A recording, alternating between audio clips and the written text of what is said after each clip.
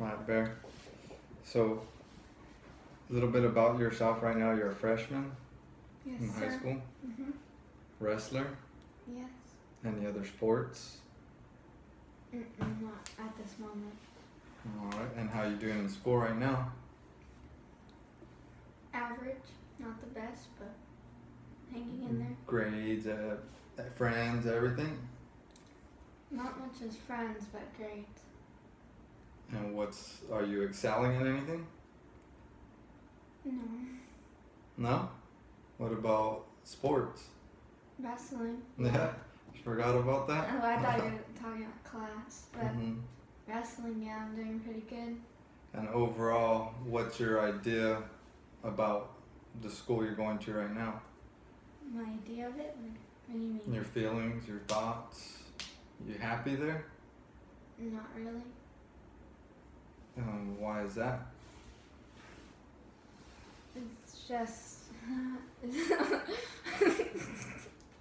Kevin. What's that? It's just because,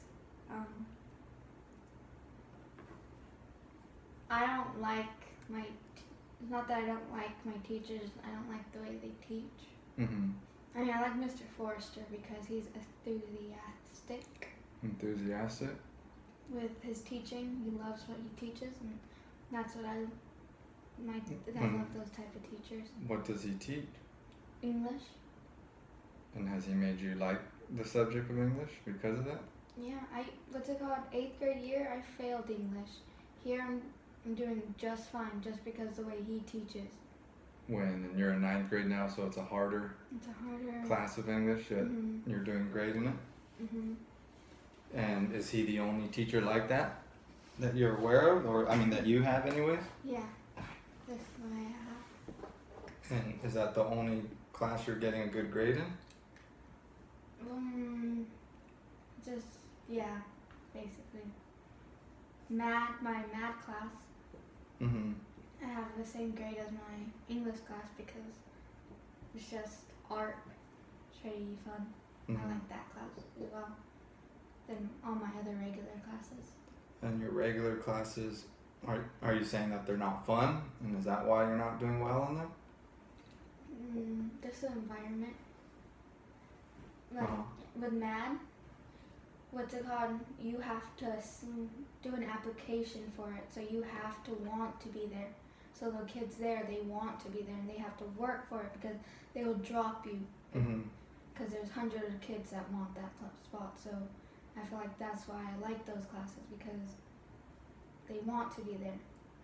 And in my regular classes, they're just Forced to be there? yeah, like little 6th graders. So I don't really like those type of classes.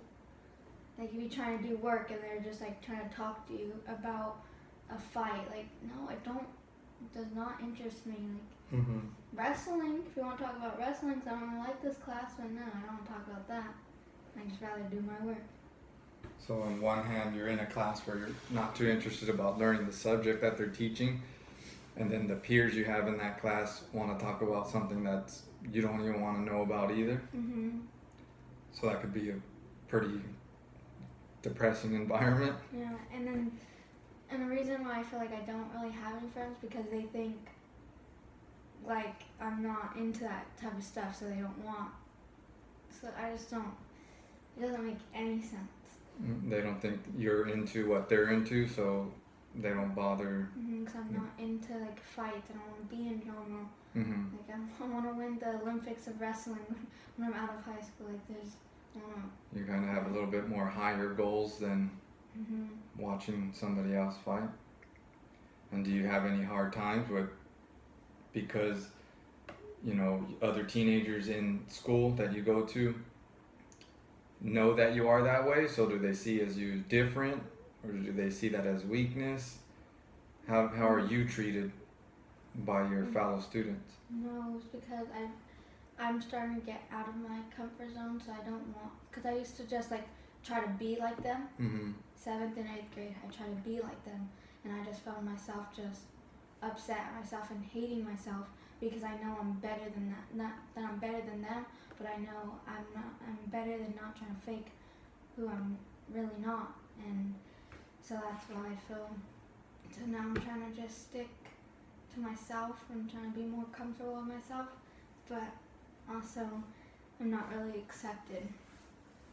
Because of it? Yeah, so it's kind of hard.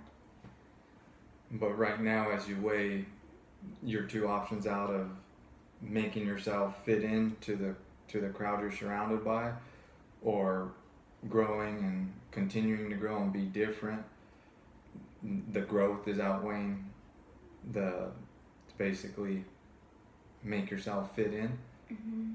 But it's still hard, it's still a struggle. But it's better than being sad all the time, because when I'm home I'm myself and I feel better than me trying to at school being someone that I'm not. But by better, that's not always necessarily feeling good. It's just better than feeling worse. Yeah. And so what are some of the things you're working on so you don't have that feeling? Because from what I'm hearing is just like all of us, everyone else, you want to belong to something. You want to be important. You want to be unique. And when you're forced to go somewhere, 6 hours out of the day, and it's, you don't fit in there, but it takes a lot of your energy, right, to go. What are some of the things that you're doing to fill that void in? Just put on music in class and just try to get as much information that I could work on by myself, so I don't have to ask for help. So I don't have to talk to anyone. So I just try to do it on my own. But if I have to, then I will ask. But I also don't really like asking teachers because they don't know how to explain. And even though they say like, oh, ask again, they explain it the same way they explained it the first time, so it's not going to help. And the kids, when you ask them, they give you the answer. So it's not really helping. And so what I tried was like the girls that don't talk, that are good with math, I asked them and they help me, and it's pretty nice. But it's also just like, I just don't see them as friends. Like, I just can't. They're just acquaintances. Yeah, I'm nice to them, but I just can't. Like, I just don't connect with them like I want. That I want as a friend. But like, there's nothing wrong with them, but they're pretty cool, they're smart, I like it. And when you're talking about your teachers, when you say you don't get something, all they do, the way they interpret it is like you're saying, well, I didn't hear you, so they just repeat exactly what they said rather than breaking it down into a way that you can understand it. And then kids trying to be helpful just give you the answers, and it's just not fun because you're not learning anything. Because when it comes down to the test, like, you still don't get it. Yeah. And why do you feel that the majority of kids in your school can't relate to you? Like, what is it about you that is so different from the others? I was raised differently. So what does that mean? Like, how does that contribute to it? Because everybody's raised differently, right? Well, the way I was raised what made me the person I am today. Like, all my problems that I went through is what made me what I am today. So it's just everything that happened since when I was born, since now, all built what kind of built me into a leader. A leader mentality, and not just an average person. I want to be more. And with the kids that don't have that mentality, which is most of them, what do you think becomes of them if they never kind of switch that mindset or start learning that mindset, because school's not teaching it, right? They go their whole life with the same mindset that they have. Do you think a lot of them just think, hey, once I turn 18 or I turn 21, like a light switch goes off and now they are a mature adult, or do you think they don't even think that far? I don't even think that far. They think about them wanting to be adults, but they don't think about the mindset. Mm-hmm. I don't even think they know what, like, when they think of mindset, they don't probably know what it means. And I mean, there's plenty of adults out there that have the mindset of a teenager or a young 20-year-old. Mm-hmm. It has to be worked on. It just doesn't come. And so do you think there needs to be some sort of major change with the school system if we're ever to reach, generations and change the way that kids think? Yeah, that should be. Shouldn't just keep on. Like, people shouldn't be going through depressions like kids. Like, they shouldn't know what that feels like. Mm-hmm. They shouldn't be wanting to hurt themselves. Like, and as far as depression goes, you've definitely felt that feeling before. mm-hmm. And would you say it's as bad as it's ever been now, or it's getting better? It's getting better because I know how to handle my problems now. And when did it start? It started when my mom left Wyoming. And can you remember the exact age of that happening? I can't remember the age, but I can remember when she left. And you just remember you being a small little girl? Yeah, maybe like around a little bit younger than Melly. And I'm sure you didn't know exactly what you were going through at that time. You felt the sadness, you felt the abandonment. I didn't know what it meant, but I knew that it hurt me. All you knew is your mom left. Mm-hmm. And the pain that came from it. So now, at 14, looking back, because this was probably about close to 8 years ago, so you were probably around 6, 5 or 6. Looking back at that little girl, what do you think now she was going through that you could put it into words? I felt like my mom didn't want me anymore, that she didn't find happiness in her children, and that I wasn't good enough because she left me for her girlfriend, and that's what I thought, and I just felt I just thought I just didn't have something that girl had, and it hurt a lot. It still hurts to this day. Mm-hmm. And there's a good chance it always will, but you're going to get stronger and stronger as time goes by, and learn how to deal with those feelings in positive manners rather than negative. Mm-hmm. But I really want to stay there with the negative feelings that you were having at that time, because I feel there's so many youngsters out there that have these feelings from whatever may have happened to them. Like, bad things happen in life, and no matter how good life is going for you, something bad is always going to happen. So it's important for me, for us, to teach them how to have those strengths to deal with them. So if you don't mind, can we talk a little bit more about those dark times? Of course. So what were the things that you would do to help cope with those feelings at such a young age? And maybe not just cope with them, but how would they manifest? Like, what are the things you do? Would you start getting in trouble? Would you be more needy? I think I kind of isolated myself. I would like hide under my bed just because I didn't want to say goodbye to my mom when she would come visit, because it just hurt too much. So I would just stay in my room.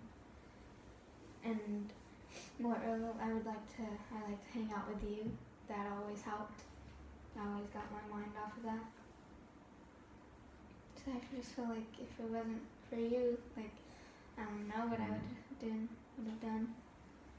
Well, you were there for me just as much as I was there for you. I want to make sure you know that. You taught me though. And so you would hide under the bed. You never really got in major trouble, right? There's a lot of this stuff you just kept inside. Because I know during that time, I never really babied you guys. So it's not like I would let you get away with behaving badly. And I don't think I used to like behave badly, but I don't think it was like because of my mom. I mean, it was probably because I didn't get something that I wanted. Well, you still act like that. Yeah. But like with my feelings towards my mom, like I just wanted to like isolate myself because I didn't want to get hurt again.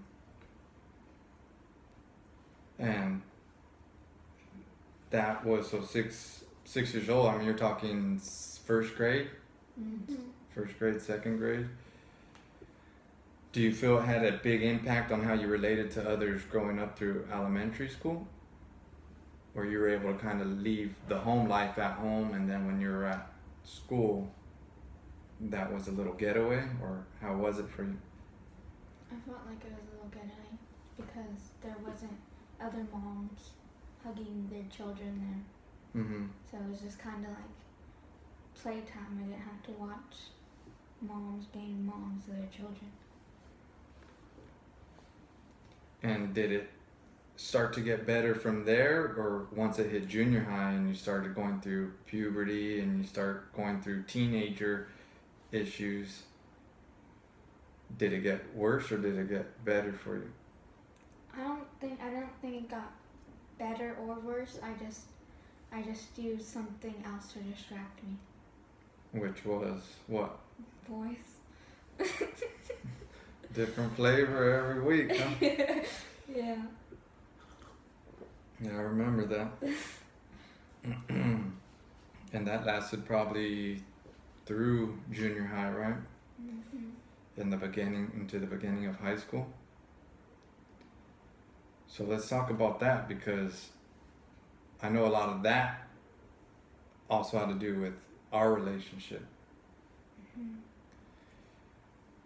And so now it was compounded by the feelings you had about your mother leaving at such an early age, and now the person that you kind of loved and expected to be there the most for you, you started having feelings like that relationship wasn't as strong as it once was.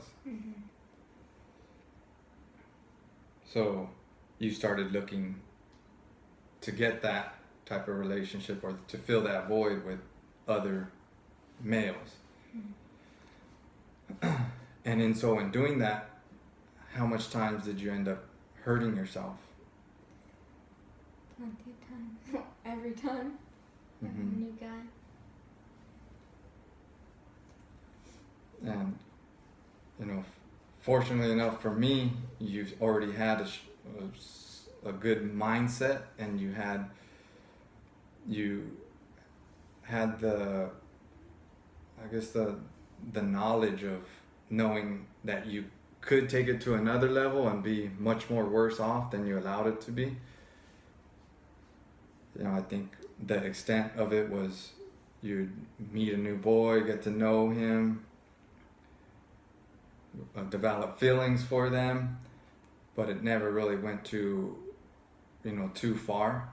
And then by the end of the week or 2 weeks, he had pissed you off or lied, did something that he said he would never do, but that's because a lot of the... Or I didn't give him something that he wanted. Yeah, exactly that. And so let's talk about that. Like, how far are boys willing to go when it comes to saying things, doing things, acting a certain way in order to get what they really want from a girl? They'll go far, so far. But fortunate for me, just when I would get mad at you, like I would think about it, and then I would just like, no, I don't want that. I don't want to waste my time on something.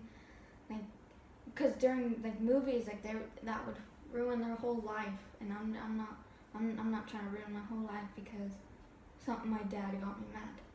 That it's kind of When you're saying the movies, you're saying like a girl would make a mistake in a movie and it ruins her whole life. Well, what she thinks that ruins her whole life. Mm-hmm. And sometimes when you would get upset with me or I'd make you upset, the first thing you wanted to go do is run out and go. I would just be with a boy. Something that would make you mad. Have their attention. Mm-hmm. Just anything that I know that would hurt you, even though I wouldn't tell you.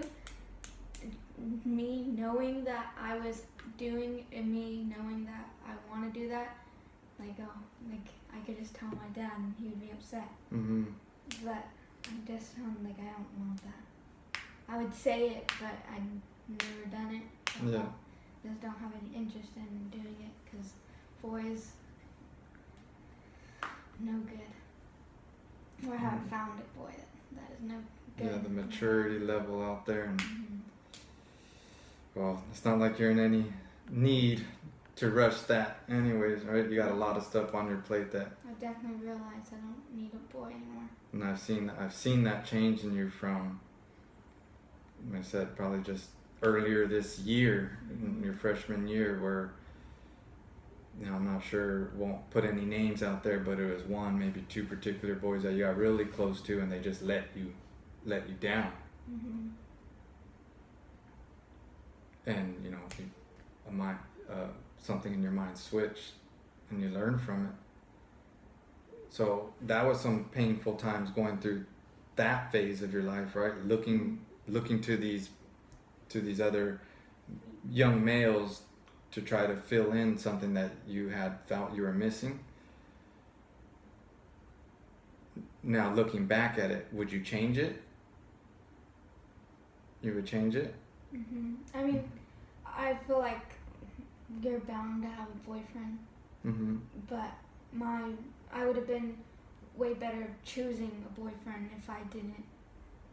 Because I felt like, a guy likes me, and if I think they're attractive, then I want them as my boyfriend. I didn't really look into their personalities. I just looked at if I think they're attractive. Just the surface? Yeah. Mm-hmm. And now I would definitely change. Going through all that stuff you went through, though, now has helped make you who you are today. Mm-hmm. And even though it was stressful, painful, and a lot of sad times during those, can you look back and see now it's like, hey, I don't want to ever go back there and experience those feelings again, but I'm damn glad I went through them because now I'm a little bit tougher and smarter for them now. Mm-hmm. And there's a lot of young girls out there that kind of don't draw that line, right? They get that attention and they take it further with boys. And then they end up, boys get what they want, and now they're done with the girl, and now the girl feels worse, but then she just moves on to the next boy. Or waits for him to text him back. And it's just on call. Mm-hmm. And so it's a horrible cycle, right? Because then the more they do it, the worse off they feel about themselves. And because they feel horrible about themselves, they go out and do it again. Mm-hmm. So what's some, I don't like to ever say like advice, but what are some of the things you could say from your experience that may be able to help some girls out there who right now are saying, looking at their phone, waiting for that text to come through from that guy that they last, hung out with, and maybe they had sex or it was just kissing, and that's all the guy ever calls for, but the girl, even though she hates that's all the guy wants from her, is if that phone rings, she's on her way out the door to go meet him. What are some of the things that you could tell some of those girls? You're more than what a boy labels you as. Uh-huh. And that you don't need a guy to make you happy. I mean, yeah, it's fun, but those type of guys are not fun at all. And you really don't need them. And if you take your time to know someone, and if they take your time to know you, it's way better. I mean, it might have took a little bit of time, but it's better than a week Mm-hmm. of a guy that broke your heart, and then it takes maybe like 2 months to get over him, maybe even longer. When the guy moved on the next day. Yeah. So I just say you're more than what a guy labels you as. Now that's it's great to hear. How can they practice that? Like, how can they make themselves feel that way, that they are worth more? Well, what I would do is I would like to take pictures of myself. I like to take pictures of myself and then look at them because I thought I was pretty. Mm-hmm. And that will help, and you could post them. And it's fun. If someone compliments you, say thank you. You don't have to keep on texting him and make him your boyfriend. I feel like girls just want attention. You don't need a boyfriend to get attention. You could have friends, make guy friends. And there's always going to be girls that hate on you. Just don't listen to them, because if they call you ugly, does that mean it's true? No. You don't have to listen to them. So, taking pictures and kind of owning your beauty. Mm-hmm. And just carry yourself with confidence. Maybe if you don't have any, just practice it. Just carry it, because then you're gonna start attracting guys, better guys than what you're attracting. Because if you're always down and sad, you're gonna attract guys that are down and sad. That'll prey on that. Yeah. Mm-hmm. So if you just hold yourself up, those guys are gonna think like, oh, I don't have a chance, so they won't text you, because they're not guaranteed what they want. Yeah, and that's not to say that you wake up in the mirror every day. You wake up and every day you look in the mirror like, oh, I look beautiful, I feel beautiful, right? Is that every day you do that, or sometimes you gotta still work on that yourself to say, hey, I am beautiful, or you need to do something to make yourself feel beautiful? And definitely when I wake up, or if I get in a sad mood, I like to make myself feel a little bit worse. Mm-hmm. So I would look in the mirror and I'll point out all the things I don't like about myself instead of things that I do like about myself. So what I started maybe 5 weeks ago was every time I see a mirror, when I wake up, the first mirror you see is you smile. Maybe your hair is probably messed up, makeup everywhere, just smile. And yeah, that's what I do. Little baby steps. Mm-hmm. And so with posting things is kind of like a mirror, but a mirror for the world to see you. Mm-hmm. And it does help to get those compliments. And I can imagine it's not only compliments that come through on the comments, right? Mm-hmm. There's going to be perverts out there. There's going to be little dumb comments. So how do you deal with those? Like, you're putting it out there because you feel good and you want to maybe make other girls feel confident about their beauty, or even for people that admire your beauty. And so when those comments come in and they say you're beautiful, you're pretty, that feels good, but what do you do about the negative comments that come through? Well, like you're saying on the walk, it's about what you feel about yourself. So I post the pictures that I think are pretty. Like, I push okay and share. So I wouldn't post a picture that I felt uncomfortable with. But so if they say negative, that person thinks I'm pretty, that one thinks I'm pretty, you think I'm ugly, that person thinks I'm ugly. Why am I going to focus on the ugly part when I could focus on the positive part, you know? Yes, I know exactly what you're talking about. And I'm I obviously know you're no angel, and I'm sure there's bad things you've said about people. I mean, I could just hear the stuff that you and your sisters go back and forth about.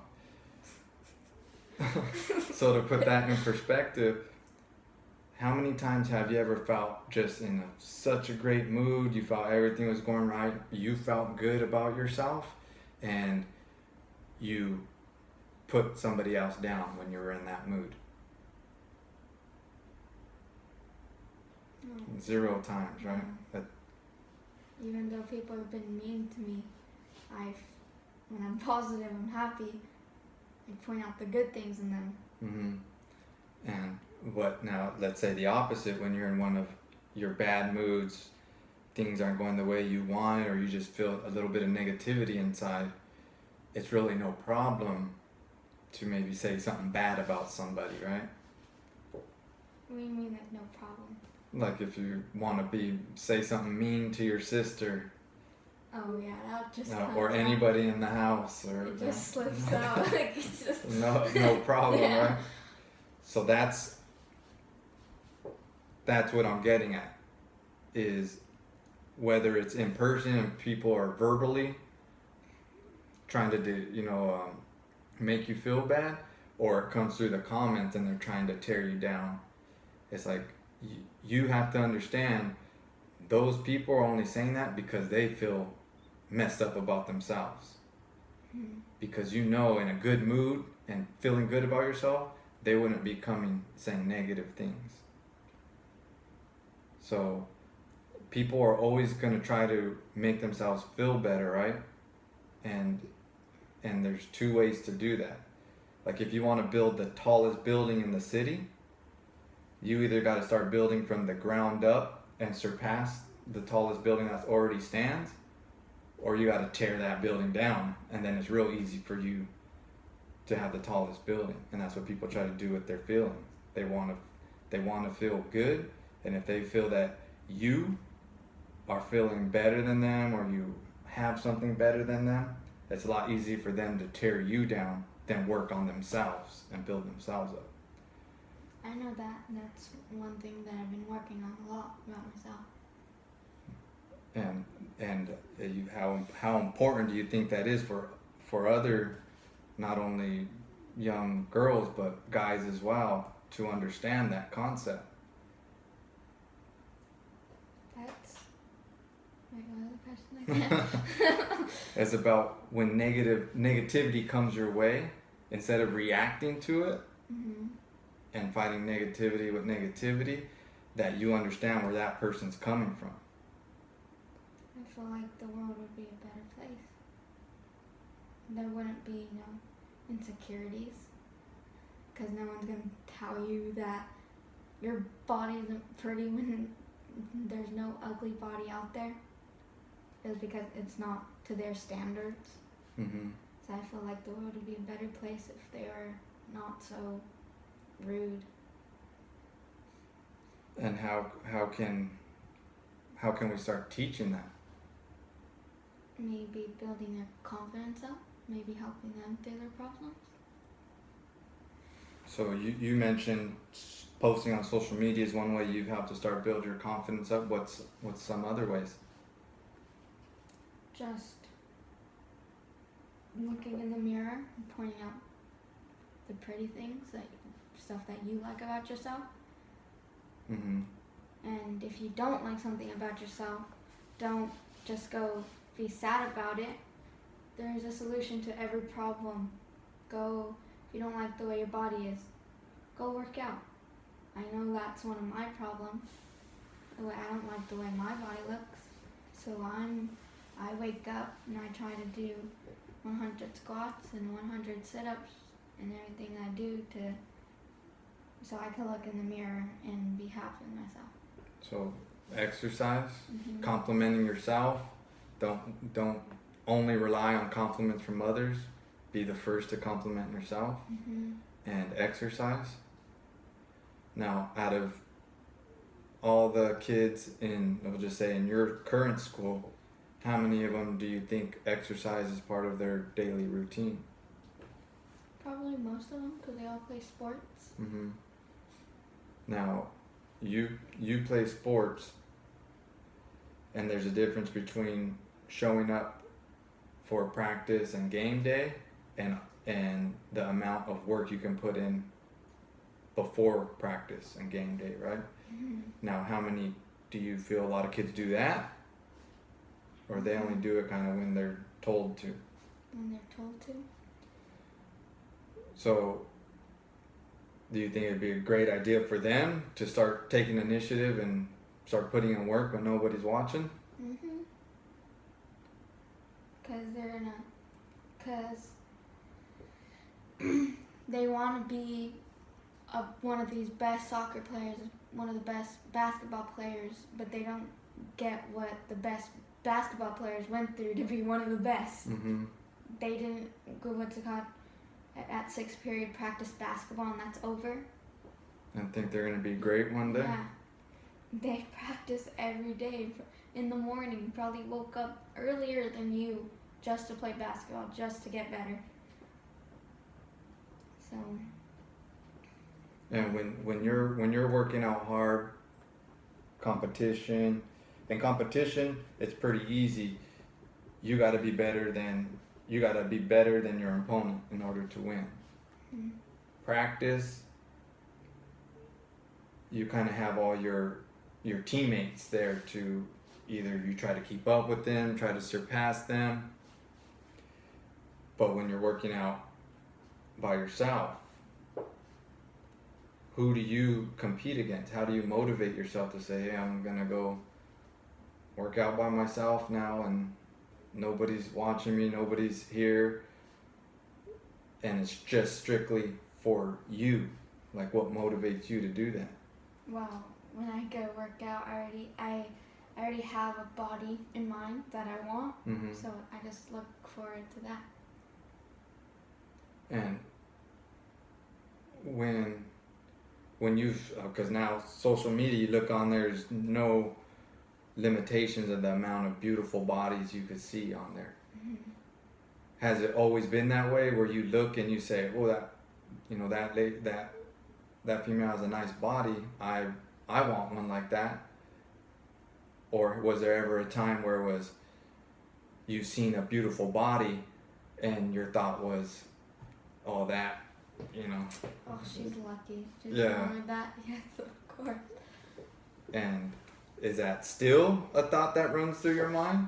Or you understand that the work that goes into it? I understand the work that goes into it.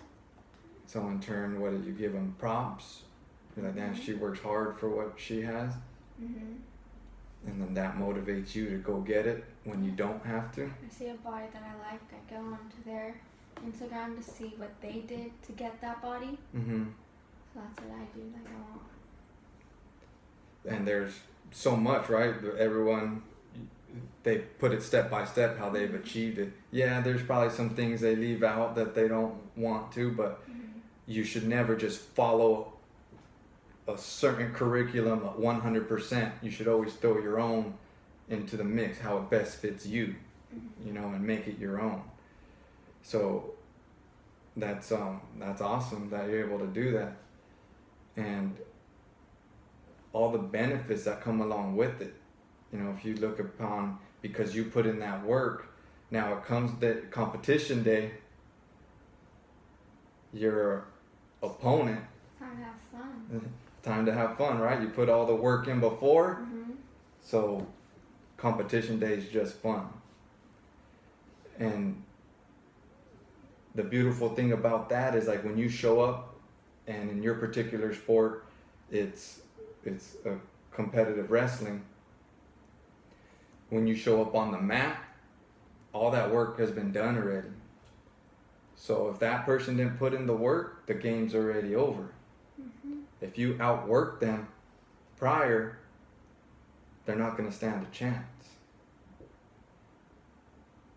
And does that momentum carry over for you? Like, say in the last tournament, you win in there, head snapped them, got them down, rolled them over, pinned them in probably less than 30 seconds. does that feeling of accomplishment roll over and pump you up to work even more harder? It's because maybe that team wasn't the best, but there is teams that work harder, so I'm gonna work harder just to, it gets me so pumped when I win. That's right. And when I go and watch, I watch people wrestle and I see moves. I'm like, oh, I'm so excited to learn that move. Like that move's so cool. After tomorrow, I want to work on that move. Right when I get into practice, that's what I think after I win. And sometimes it helps you get that other last set in or run a little bit harder. And you know that the person you should be in competition with most is your better self. Right? Because no matter who you beat out there, you don't want to just be better than them. You don't want to just be a little bit better than them, have a better record than them. You want to be the best version of yourself. Like what I do is with my push-ups, I do as many as I can and I write it down, and then the next day I try to beat that one. Just do it better than my push-ups. Anything else is just 50. Well, little by little, just keep climbing up. Now, wrestling is getting a little bit more popular for girls. At least in high school and schools. What do you have to say to the girls out there who are a little standoffish from doing any type of sport like that, whether it's wrestling, jiu-jitsu, boxing, any type of martial art? Why would they be holding off? Because they feel that the way they were growing up is it's a guy's sport. There's a lot of people I train with that, when it comes to females, they would say that their boyfriend doesn't like them even training. That's their own insecurities. I agree with you 100%, but a lot of girls will listen to that. And so what are they missing out on if they're not attempting to train in some sort of martial arts? Well, what I see it is that you're basically letting the guy kind of push you around. Just because they have a sport that teach them how to fight, so when they get down to go and fight you, like you have nothing because you're too scared to do that because it's a boy sport. There's no such thing as a boy sport. Well, let's talk, because that's interesting. So let's talk about that, because you, from as early as you could walk, you've been taught fighting's been in the family. So, part of the games we would play would be me beating you guys up. And one of the funnest games. And whether it's at the house or I know a lot of your guys' favorite games when we go to the park. Mackenzie Park and play Monster. Yeah, and Monster was a form of tag, but instead of me just catching you guys and tagging you, I'd catch you guys and give you a little give you a little beat down, We would laugh and have fun. Yeah. So you guys learn from an early age that, hey, this fighting is fun. It's not this confrontational thing you have to be scared of. And you've learned that, and you guys were always around to experience that. And then we'd have cousins visit or other family come, and we would get the little cousins and we would always take them out. Well, you would notice a lot of times we didn't change the way we played, right? They would cry. They would want to stop playing because they're not used to that. So you growing up used to that, it being in your blood, you have a certain mentality and a certain openness to fighting. You didn't start training till, what was it, 8th grade? You started training jiu-jitsu at that time? So before that, before you even got mixed in with martial arts, I know we did boxing before, but you never did any actual competitions. We did plenty of sparring. But in a real life scenario, do you have a whole different like respect for fighting now that you're trained in that art compared to just the regular kind of street fighting? Definitely. Like fights, like I've seen fights, and it kind of gets me irritated because they're pulling hair. Mm-hmm. Like, you would definitely be able to beat her up if you had both of your hands to throw punches with. And if you throw the right punch, it's gonna hurt way more than what this is, you know? And a little slap fist. Yeah. And not only that, not only throwing fists, but you got takedowns, right? You got lock, you got chokes, mm-hmm. arm bars. So I don't even have to hurt that person if I don't want to. I could just finish them, make them calm down. And do you feel, has that helped you not let things bother you as much? Because, you know, if it came down to it and a girl or a guy really wanted to do something, that you had full confidence you'd be able to handle business? The guys, the girls, definitely. I knew, like, I had no trouble. And just, like, sometimes I would be upset, I'd let them get me down. Mm-hmm. But with the boys, they never really did anything because they knew I already knew how to fight. Because they already tested me once, and then I had to show them. Mm-hmm. So, yeah, I kind of did feel, I felt like I had a little more respect. So do you feel that should be a part of life, that you should learn some sort of martial art? Mm-hmm. And that's just for everybody. But right? some people don't even like, they just like music. Mm-hmm. You don't have to learn how to fight. What's it called? It's just something that is, it's fun to do, and that will help you in the long run if anything happens. Mm-hmm.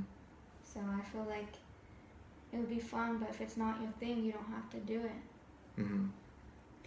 Build that confidence from somewhere else. Mm-hmm. Oh, but you do feel that it is important to learn, at least to give it a try, see if it is Mm-hmm. for you, because you should never feel in a situation where you feel totally helpless. Definitely. And there are predators out there, right, that will take advantage of your weakness. Mm-hmm. So that would be great to get not only more younger individuals, but especially girls, because guys, especially young guys, can just act so stupid, you know, and so disrespectful. So I would definitely like to see what we could do to invite more young females into learning martial arts.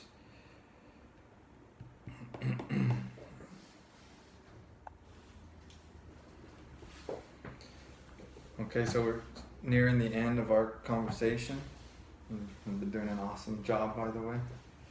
I wanted to start talking about the program that, you know, the family and friends are starting right now, and you will be a part of, and some other kids in the family want to be a part of. And the name of it is Solid Foundation, where we want to build a solid foundation of confidence in teenagers.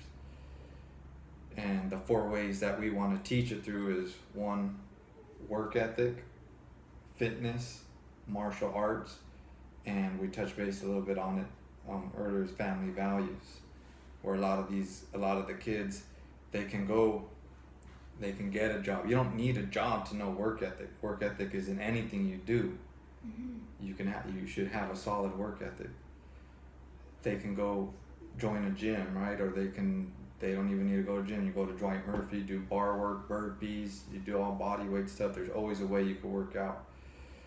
Martial arts, that one, you may need to have a little bit of money to join an academy, or you find a mentor that's just willing to teach you, but there are ways to do that. But our program wants to help facilitate all those things. One thing that some kids just don't have a choice in, though, is family. and to be able to learn family values from the family, because maybe they don't have their mom nor their dad. I know you were without your mom from a very young age, but you not only had your father, you had all the family to help me with you kids. Mm-hmm. And there are a lot of kids who may even have their parents around, but their parents could really care less about them. So I really want our program to be a place where every teen who's willing to put in the work has a place where they feel they're important and that they belong to. So I really want to start getting the word out there. And I know you, your brother, your sisters, and Joe, they're gonna help kind of get the word out there to get more kids aware of it. Mm-hmm. So the family values part is so important, because I think with the other three things, the work ethic, the fitness, and the martial arts, it's going to help that individual feel better about themselves, and it'll help them, but it might not necessarily help them feel like they belong to something. And I just feel it's real important for us to be able to create a place for them. And I know for you, you're one of the first volunteers to be a part of the program. So what about it enticed you so much to want to be a part of it? It's everything that you need in the real world that's gonna help you. That kind of like, it's everything that you need in just one little package. Why wouldn't you not want to go there? Well, I know, because you had said there might be some things in there that aren't for everybody, right? Mm-hmm. But our hopes is to at least get these teens in here to experience some of it, so they can make up their mind if it is for them or it's for not. And our biggest thing is just to be something for the kids where they feel public school or the regular school system, whatever it may be in, is not for them. Mm-hmm. And to let them know there is other options. There's schools like Olive Grove, where unfortunately a lot of kids who are struggling like you to just get up and go to school because you're miserable going in that particular format, that they just end up getting in trouble. Mm-hmm. And they don't know that option's out there. So they go until they're expelled, and now they're forced out of the public school system and no longer can even go back. Now they're forced to go to an alternative school. So we want to get the word out there that there are options, and by no means am I condoning like drop out of school. Mm-hmm. I just want it to be known that there's other options out there. And without our program even being around, without solid foundation even being started, Olive Grove, a school like Olive Grove was already there. The school I graduated, Al Puente, was already there.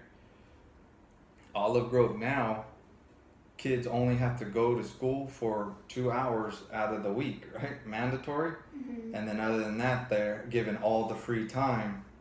They get in trouble. Which is not good. Mm-hmm. So if there's kids out there who don't want to go to public school anymore, I want to say, hey, there's another way to go. Don't just use that as an excuse to ditch, go party, go smoke, go drink, to apply yourself. And right now, we are willing to put our time and energy to help if they're willing to put in the work. So I know we have a meeting with the school in a couple weeks when school opens back up, so we're going to talk to them about how you may be able to still compete for the school, mm-hmm. but not be enrolled in that particular school. So we're hoping that goes well, because school isn't bad. The public school isn't bad. It's just not for everybody. So if we could help we'll help the school as well, because there's a lot of teachers out there who aren't passionate about what they're doing because they got students disrespecting every single day. And I definitely know that for sure, because I kind of get even more irritated when the students are disrespecting the teacher for doing their job. Like if you're not allowed to do something, it doesn't, and someone tells you not to do it, it doesn't mean you give them the hard time. They're just trying to help you. And they're trying to do their job Yeah. too. And so it's like when you have a group of students who don't want to learn, and you get a group of teachers who have gotten tired of trying to teach people who don't want to learn, but nothing ever gets done of it, that's a recipe for disaster. So in a sense, if we could help get some of those students out of those classrooms, maybe we get to make the teachers' lives a little easier, and now they can start to get their passion back because they're just working with students who want to learn and are there to learn.